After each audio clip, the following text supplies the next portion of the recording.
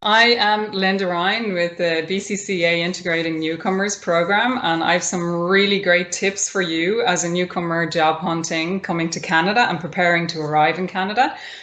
I want to get right down to the basics and talk about how you can beat employer biases to build your career in Canada. It's something that's not often discussed, but it exists, and I want to explain why. I want to explain the psychology behind it, and I also want to explain those simple things you can do to beat those biases and to make sure that you're considered on a level playing field with those who are living and educated and experienced in Canada. So let's get right into it. A little bit about me as a professional. I actually started my career in corporate communications, and from that career in the early stages, I transitioned into project consulting. Basically anything that revolved around people and anything that revolved around process, I was super interested in, and interested in how to facilitate and catalyze change in those areas. So over the years, I actually realized that I began to specialize in change management and anything to do with transition. As part of my own professional development and learning insights, I realized I couldn't be the catalyst for everything, which is always good to know your limitations. So I looked at how I could improve my approach to consulting, and I actually focused on upskilling as a coach. So I learned about performance coaching in leadership and from a project and corporate perspective. I also learned about life and business coaching and how to use coaching as a process and tool of empowerment, which is why really I'm coming to you today from a coaching perspective in helping you transition your life and your careers to Canada. I've had a wonderful career. I've had the ability to work in 5 different sectors, and I've lived and worked in 3 different countries. So you can probably tell by my accent, I'm not Canadian. I'm actually originally from Ireland. I'm an immigrant to Canada, and I've lived in Canada for the last 10 years. I've also lived and worked in the Netherlands. So you could say I've actually been an immigrant twice. And so I have traveled this path that you are considering and are actually embarking on. And that's why I have some really practical steps and tips that I think will help you. So my previous slide, I spoke about me as a professional. Here's a little bit about me as my journey as an immigrant to Canada. So you probably notice a difference in the photos. Well, this isn't a photo of me, but honestly, when I landed in Canada as an immigrant, this is how I felt as a professional. I felt I really had to take steps back, and I was learning things all over again. So the process of immigration, a lot of newcomers will attest to this, that it's much harder than you think. It's easily overcome once you have that knowledge pre-arrival, because it allows you to take different actions.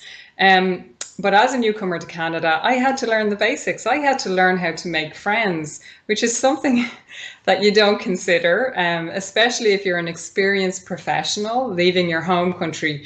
You don't consider necessarily how difficult it is to learn how to make friends and learn how to build authentic connections as an immigrant. Making friends was super important because we are more than just our work and more than just our career, but also taking those key skills and how to make friends into your professional networking skills was super important too. So I had to learn how to professionally network. And I have to say, as a newcomer to Canada, that's probably the biggest lesson and hardest lesson I learned. Canada is an incredibly networked economy. So from a business to business perspective, networking, peer-to-peer and professional networking is incredibly important from a business perspective, from an economic perspective, and from a job hunting perspective. So if you take nothing else away from this session today, I would like you to commit to taking small steps towards networking pre-arrival. Very, very important. And then when you land in Canada, you need to take that up a level. also my journey as an immigrant, I realized that continuing my career as an experienced professional in a new country was very, very different to starting my career in my home country. And there's a few reasons for that. So obviously, as a newcomer to Canada, there's something in that word newcomer. You're not actually building your career from scratch, but you are having to take those early stage career building steps to reach success, career success faster in Canada.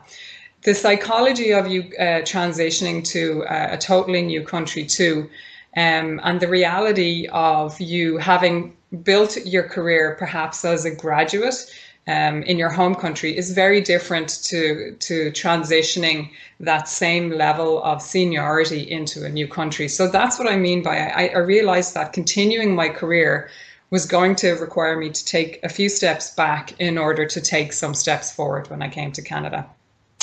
And the other thing I learned, and having a background in coaching really helped me with this, and that's why I flag it with all newcomers, is you have to practice positivity. Positivity is actually a learned skill. It's a learned behavior, and it's super important when you're going through any transition. And I mean, what bigger life transition can you voluntarily step into other than immigrating? So you've got to step into that positive mindset, and you've got to continuously build on that positive mindset. That's what I learned as a newcomer to Canada. What that positive mindset looks like is taking lots of baby steps, learning from your environment and from the feedback that you're getting, whether it's indirect or direct, and adapting continuously as you continue to take more steps towards success. So that was a little bit about me as an immigrant. Now I want to get into providing you with the advice and support that I think you'll find pretty valuable as a newcomer entering into the job hunting stage pre-arrival. Employer biases. So what I want to do is I want to take you through, number one, what biases are, where they come from, how they factor into the business field in Canada, and its impact on you as a job hunting newcomer, and then what you can do to actually address those biases. So what are biases? Well, we've all experienced biases in different walks of life, but the definition that I like to use is that it's a tendency or a feeling or opinion, especially one that's preconceived, which is super important to remember. It's preconceived and it's unreasoned. So now that you know what a bias is defined as, where it impacts you as a job hunting newcomer is that you'll have to deal with two types of biases from employers or recruiters. One is the information bias, that they don't have, or they feel they don't have enough information on you as a newcomer to compare you with Canadian skilled and educated professionals. And the other is a selection bias. So if they feel they don't have the information, enough information on you as a newcomer to compare you, then perhaps they're biased in selecting you and including you in shortlists for job interviews, and even when you get through job interviews, if they select you as the primary candidate to move forward. The thing to remember with biases is really, from a business perspective, they don't come from a bad place.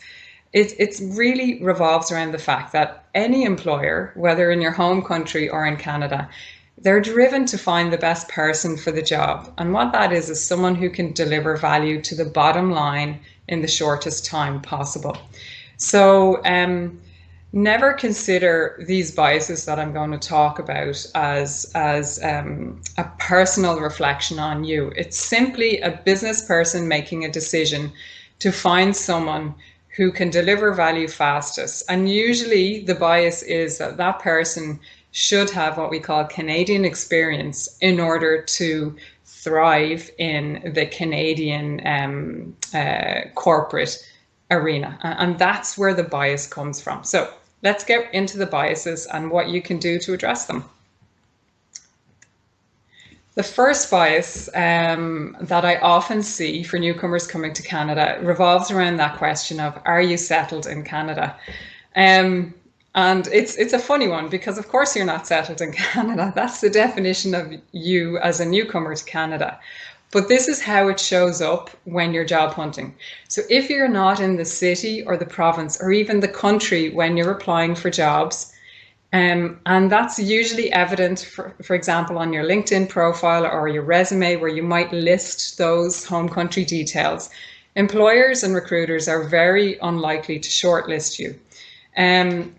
This is particularly important from an industry perspective too. So it's even more entrenched in certain industries. Construction is a very networked industry in Canada, and that happens to be the sector I work in.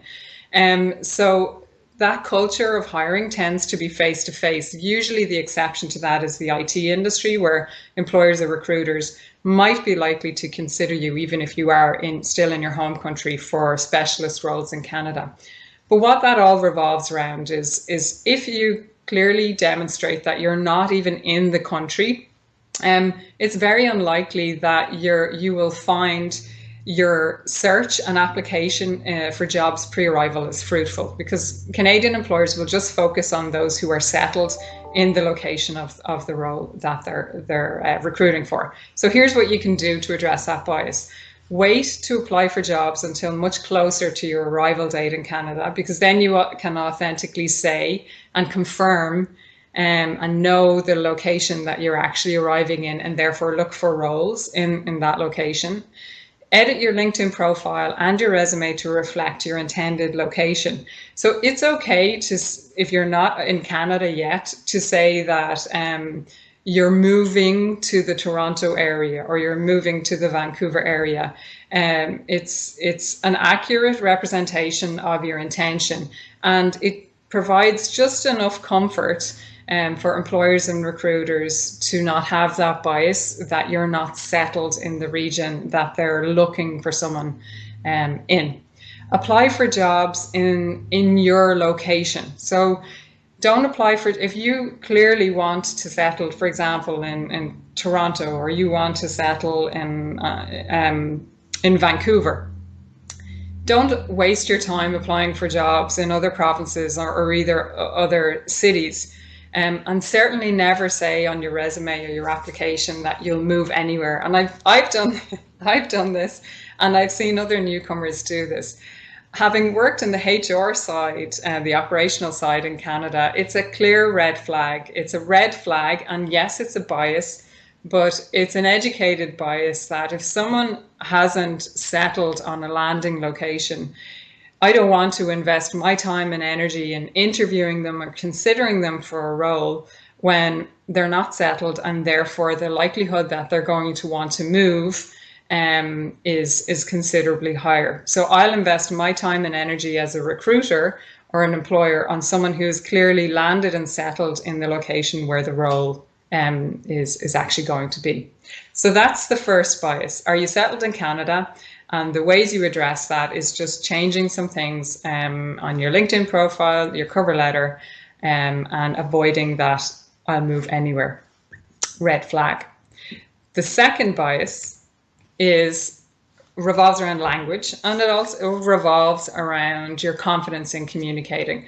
So if you're not fluent in English, how can an employer be confident that you can build the relationships with clients, contractors, and colleagues? Obviously, accents are okay.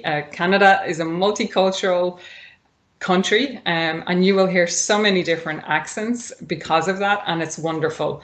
My first language is English. I had a career in corporate communications, as I said, but even I was surprised at how I had to adjust the pace in which I communicated when I came to Canada, and my pronunciation of words, although fluent, was different when I came to Canada too. So the reason why I share that with you is fluency in a language revolves around a few things, but really what it comes down to is your confidence in communicating.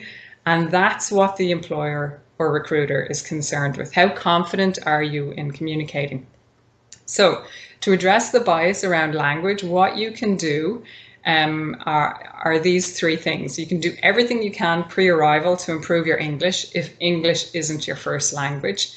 And probably the easiest thing you can do is take some of the free online courses, just Google search them, but practice speaking in English. That's the biggest thing, practice, because communications is about confidence. It's not necessarily about your technical ability once you have a foundation.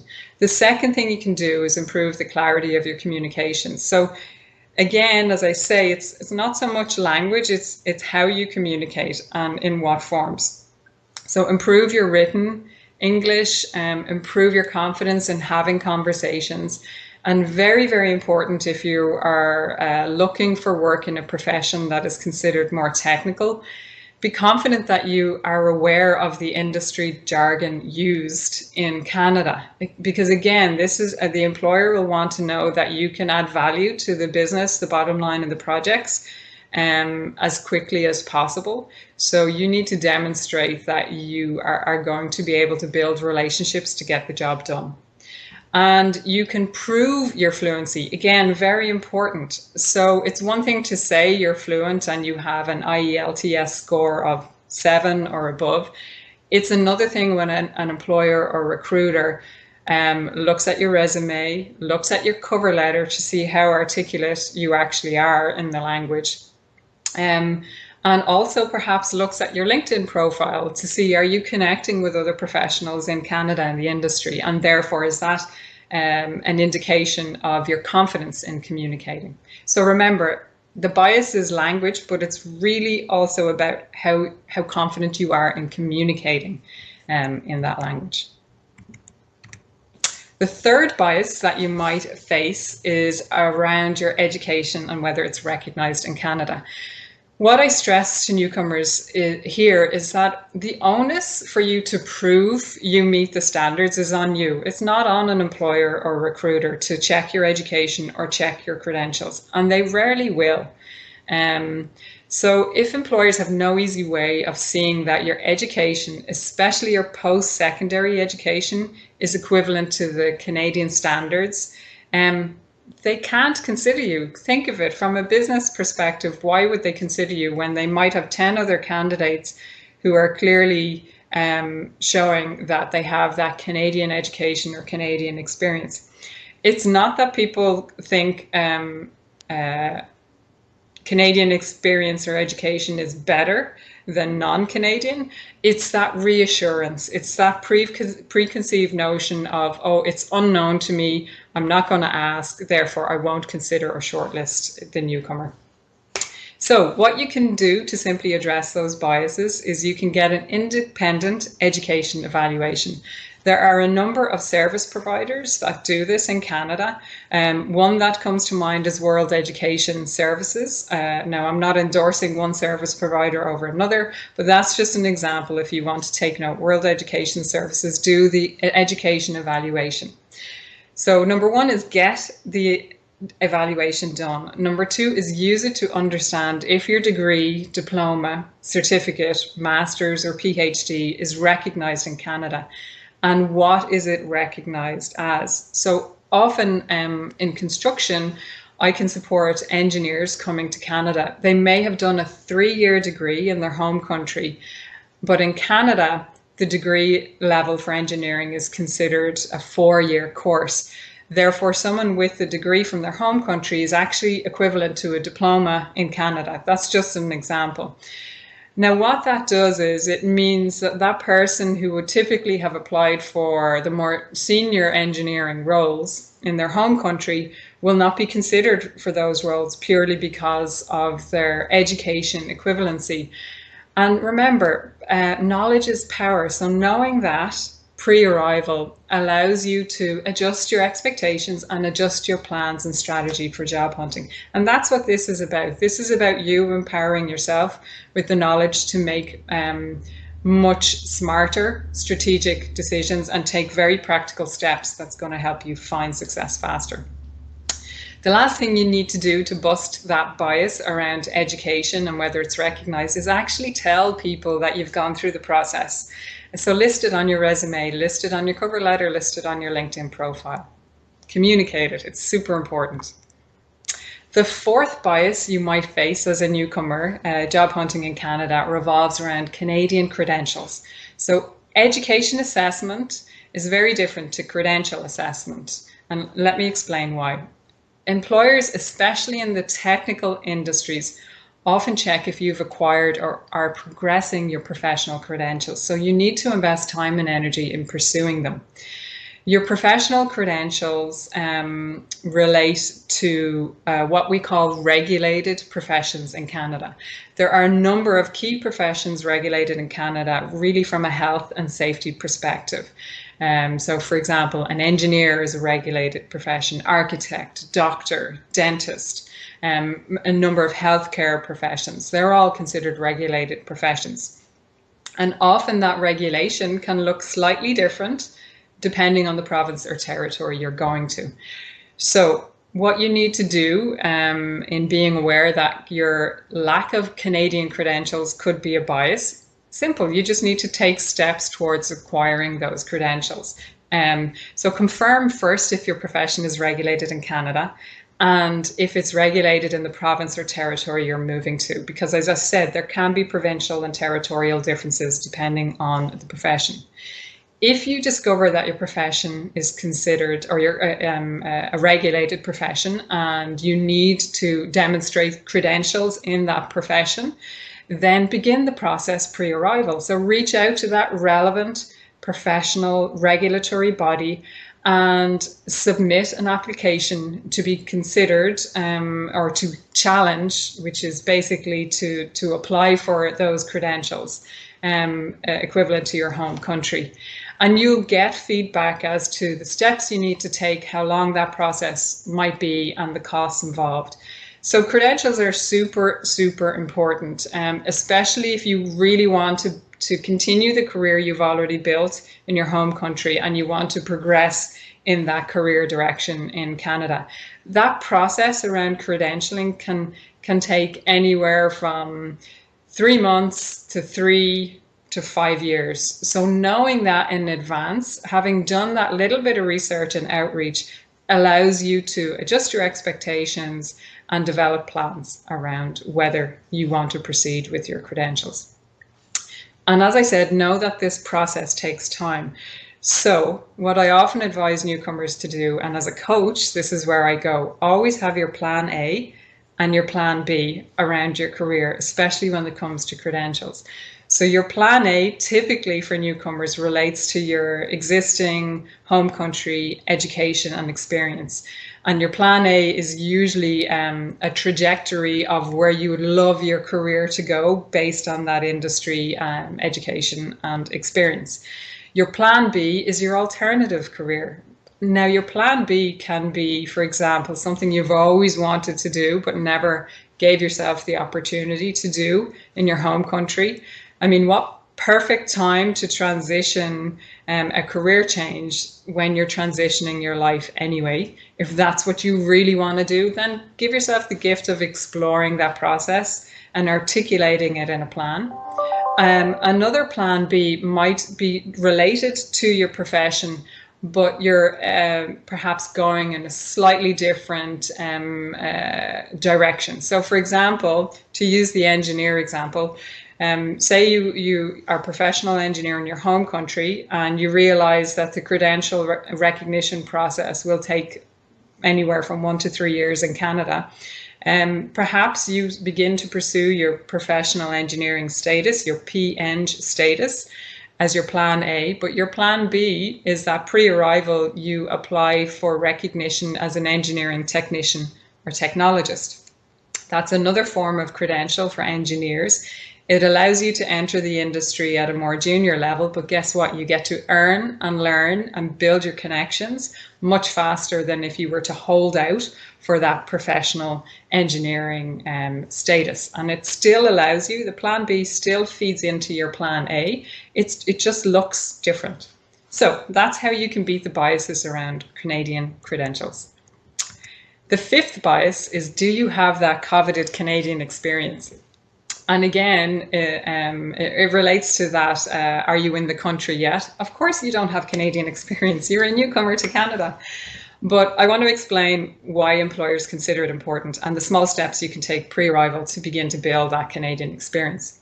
So employers prioritize candidates with Canadian experience because they have the technical skills and experience, in addition to the practical, local industry knowledge, the competencies, and the connections.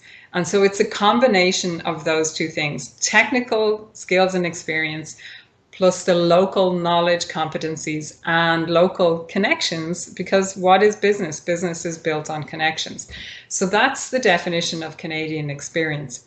So as a newcomer, obviously you don't have 50% of that equation. So you just need to look for ways to build your Canadian experience. And you can take some really small steps to do that. So the first thing you can do is join a relevant local professional or technical association. So for example, the engineering example again, say you're heading to Toronto, do a Google search or an internet search for professional engineers or professional associations for engineers in Toronto. Find out those local professional associations, click on the websites, read the resources, pay for membership. It's usually a pretty small fee. Start to network. Perhaps there's lots of online seminars and webinars you can take that are usually free or very small cost. All of those things should then be listed on your resume and your LinkedIn profile to demonstrate you have taken steps to build your Canadian experience.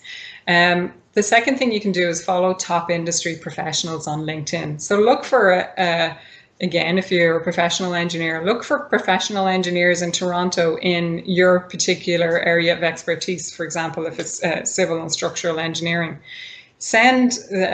before you even send them a LinkedIn request, see what they're saying, see the information that they're commenting on and sharing, learn from that.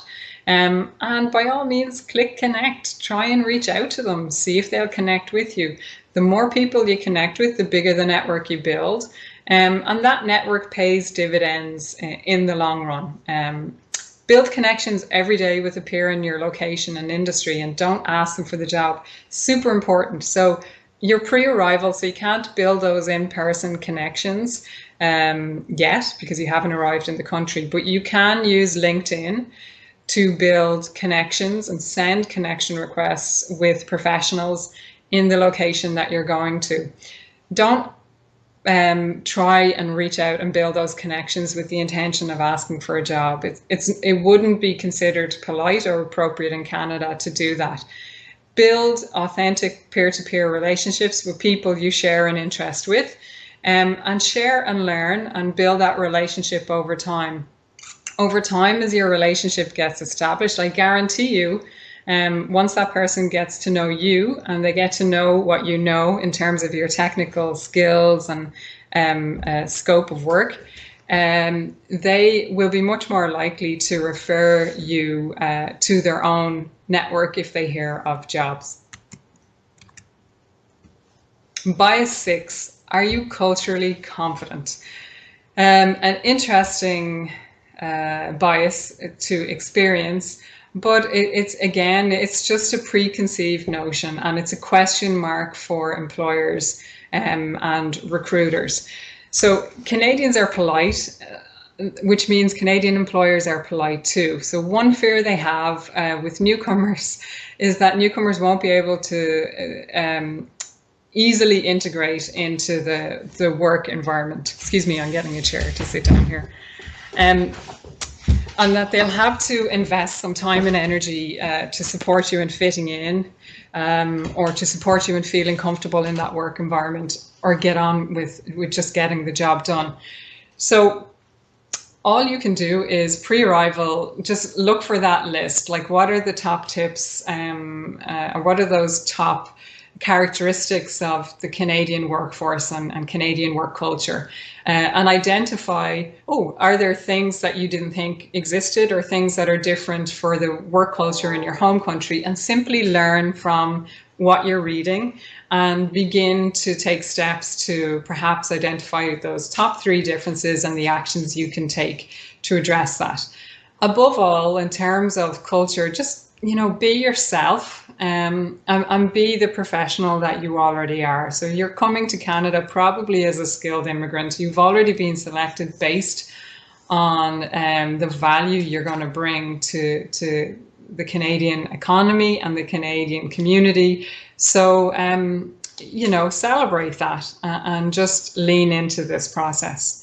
From a cultural perspective and a business perspective, be approachable, and be confident in your skills, not overconfident, and be open to learning and sharing. Especially as a newcomer, you may have years and years of industry experience in your home country, but be aware that culturally you're new to this industry, and you will be in learning mode. And the more receptive you are, and the more accepting you are that you need to learn, the more successful and the more humble you'll be, actually, and therefore the more you're going to learn and the faster you'll progress.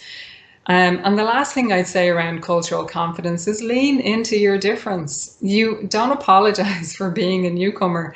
One of my biggest learnings, as I said, as a communicator, was around language, and how I had to change how I communicated with my Canadian colleagues, and learned to pronounce words differently so people could understand me better and faster.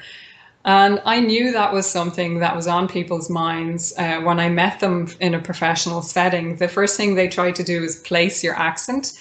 And so what I started to do was to lean into that difference. And I'd say, oh, sorry, it's my accent. I'm from Ireland.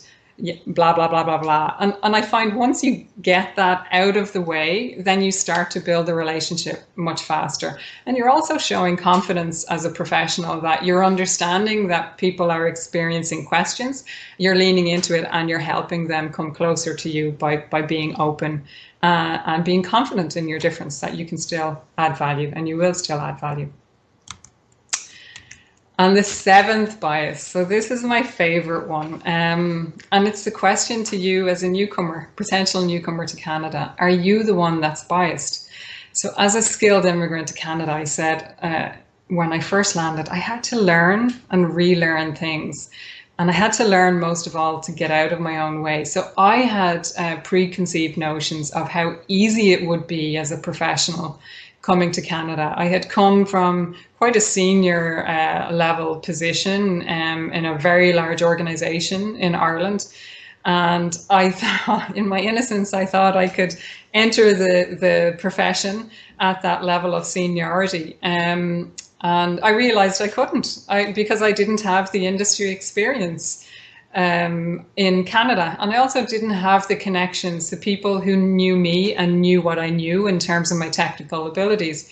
So I found, once I parked my preconceived notions, I was much more receptive to trying new strategies and getting more creative in how I built my career. And I also built a more interesting career because of that. So the simple steps you can take around your own biases is realize the biggest you might face is actually yours when you come to Canada. Become aware of your biases. Remember, in any kind of change process, again, with my coaching hat on, the steps are awareness, responsibility, and action. So the first step to change is becoming aware that change is actually necessary for you.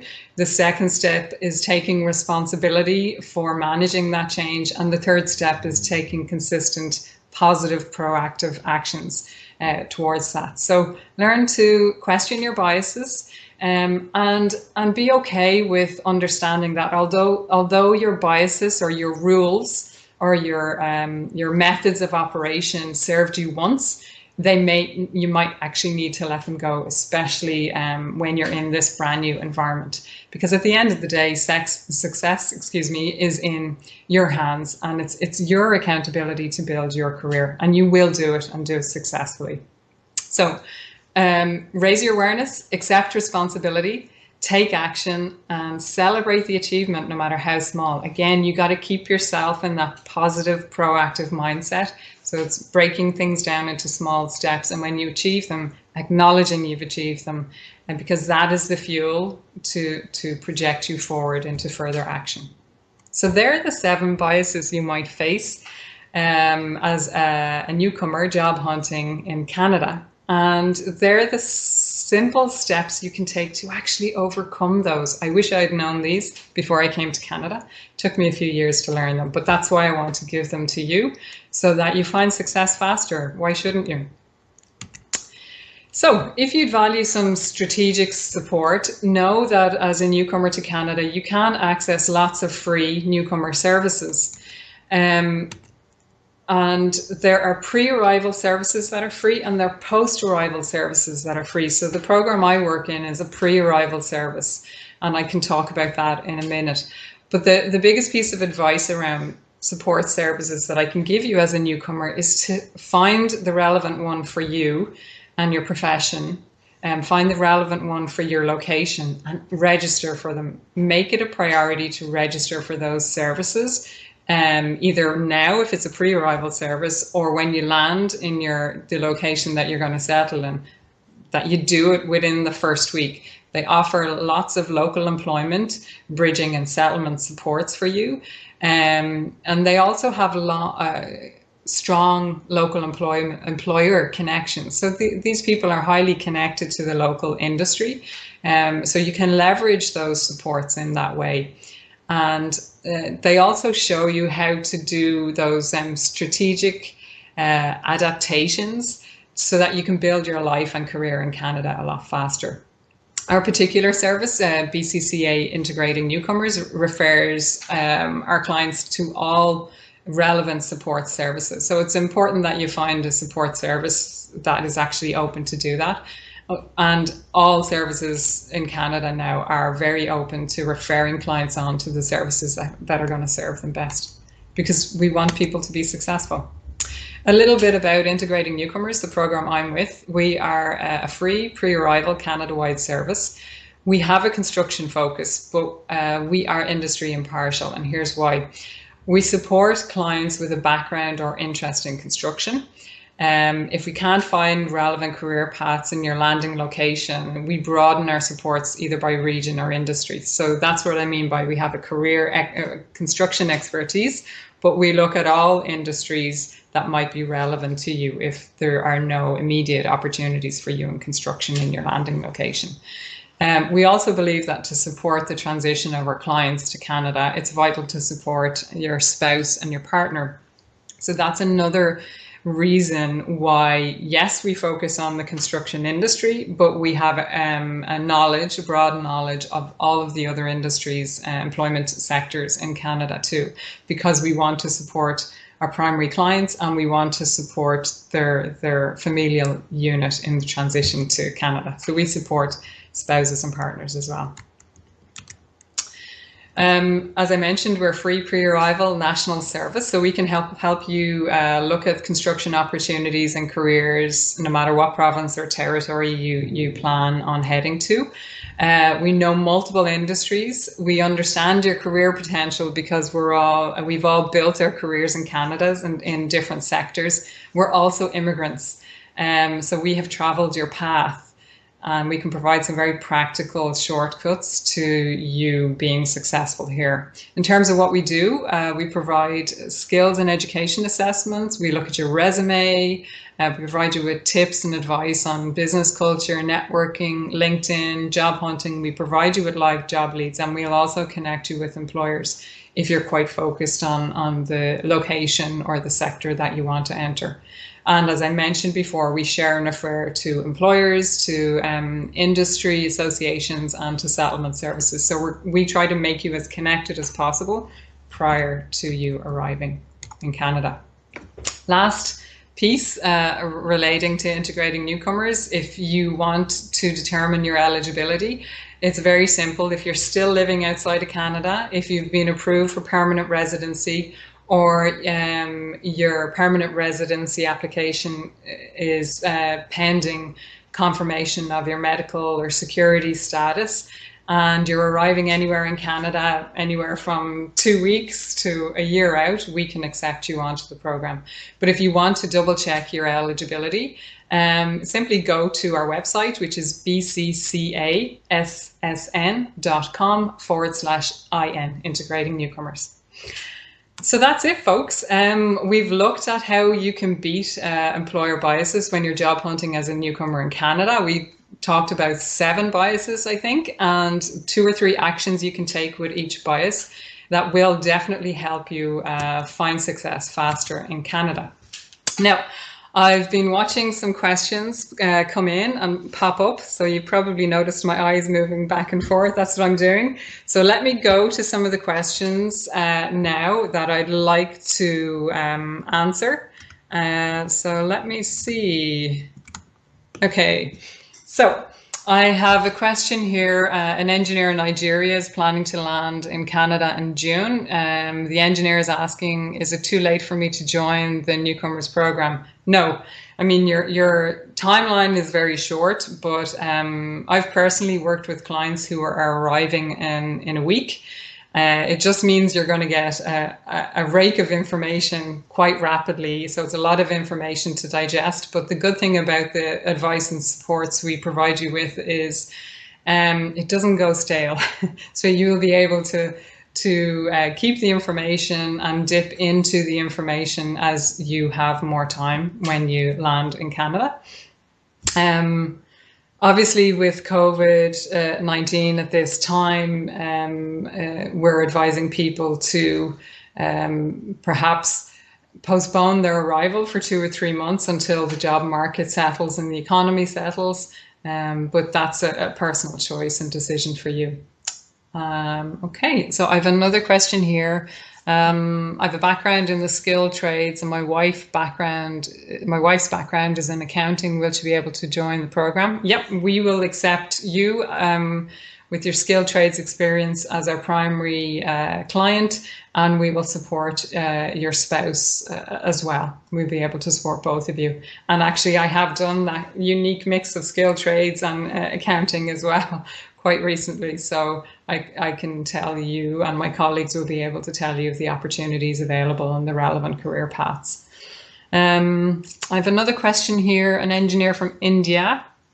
Let's see, I have the qualifications, 10 years work experience.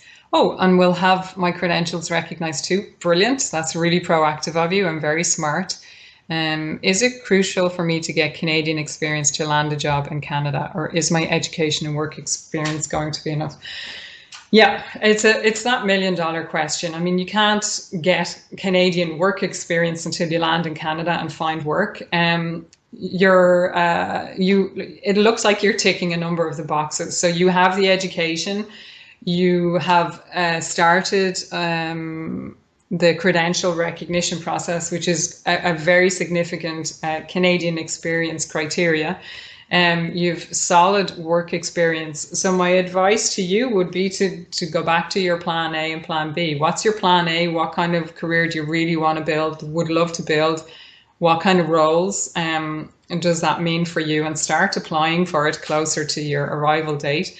And develop your plan B. If you can't get those roles immediately, then what's that alternative career or those alternative roles, perhaps at a more junior level, that are relevant to you. I will say it's much easier, honestly, for you to enter specifically the engineering profession at a more junior level. So maybe you should be looking for technician, technologist roles or an assistant project manager. I think you're going to be considered for those roles a lot more readily than if you were to go for professional engineer roles. You just don't have the Canadian experience yet, but you can earn and learn in the more junior roles. And also in the more junior roles, you're also developing some spare capacity and time and energy to focus on actually settling and building a community and building a life in Canada. So the more balanced you are in where you divide your time and energy, the more successful you'll be. Hopefully that answers that question. Okay, I have another question here. I've come from the construction industry and will be arriving in Calgary within 3 months. You mentioned the best chance to get a job will be to apply for local positions. Yeah, however, I don't have family and I can easily move to a different city in Alberta or even BC for a good opportunity. What is the best way to let employers know about this so they consider me for a job? Okay, so if if you're arriving in Calgary, that is where I'd focus my job searching activities, to be honest with you, because that's the primary location you will land in. And then broaden your job search to those other locations that you would consider too. If you're going to apply for multiple roles in multiple locations, you've got to be very, very careful. Remember, one of the tips for overcoming the location bias is that your resume and perhaps your LinkedIn profile indicate that you're moving to X city and province. So if you're applying for jobs in one province and your LinkedIn profile reflects that, then you could cannibalize the job applications in another province or city because the cities are different. So be aware, just be very, very strategic actually about the roles you apply for. So usually with job applications, I advise newcomers and I advise anybody that less is more. So spend more time on considering whether you're a fit for the job and whether you really want to do that job, and less time applying for too many jobs. So focus your career search. That's the best advice I could provide you with. Another question. I'm a recent graduate in civil engineering and would like to know how the labour market works for people with no experience. This experience I have is an internship of 6 months. Okay. The job market is the same. You're just going to look for entry-level roles in civil engineering, and I would advise you as a first step to look at your credentials, get your education assessed and prove that it's assessed, number one. Apply for credentials. I think good roles and good credentials, for you to pursue would be engineering technician, technologist, and apply for junior roles. So look for roles that say engineering technician, technologist, engineer in training, junior engineer, or perhaps an assistant, project assistant, or engineering project coordinator. They'd all be perfect roles for you to begin to apply for.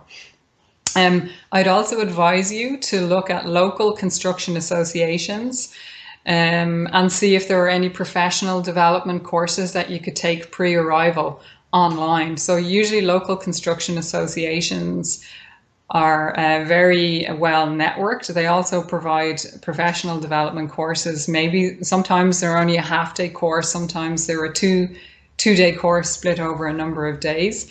And they are quite low cost, and they would be great ways of showcasing you have Canadian experience in terms of education to add to your out-of-country education. And I have time for one more question. So let's see. According to your experience, what is your expectation about the construction market in BC? Will it go up or down during the next 10 years? Okay, well, having lived through more than one recession and lived in more than one country, I can tell you, honestly, every economy goes up and down in a 10-year period. Construction in Canada is very strong at the moment. It's also very strong in BC. I think the best indications for the construction industry and job hunting is to look at the actual live job leads in the location you're going to. And the best way to look for those live job leads is to search for those online career portals. That gives you a realistic impression of those jobs that are readily available right now in your profession in a particular location. I find another resource that's very useful for looking at the construction industry across the provinces and territories is a website called Build Force, B-U-I-L-D, Force. Build Force does some very good annual reports, and they show all of the major infrastructure and construction projects and expectations and predictions for the year ahead. So I'd say have a look at Build Force as a good indication of what can happen in the construction industry. And actually the last resource I'd point you to is do an internet search for the construction association local to your province or territory that you're going to. So for example, the BC Construction Association for BC, and sign up for the newsletter and get those weekly insights into what's happening in the industry. Follow what's happening. You'll also be able to identify members, so potential employers, by looking at the membership sections of the relevant provincial or territorial construction associations. So I hope that helps you. If you have further questions, you can contact us through the information I've provided. And I hope I've helped you in some way. Congratulations, you're starting a wonderful journey. It's an adventure, treat it that way. You will find success. And yeah, that's it.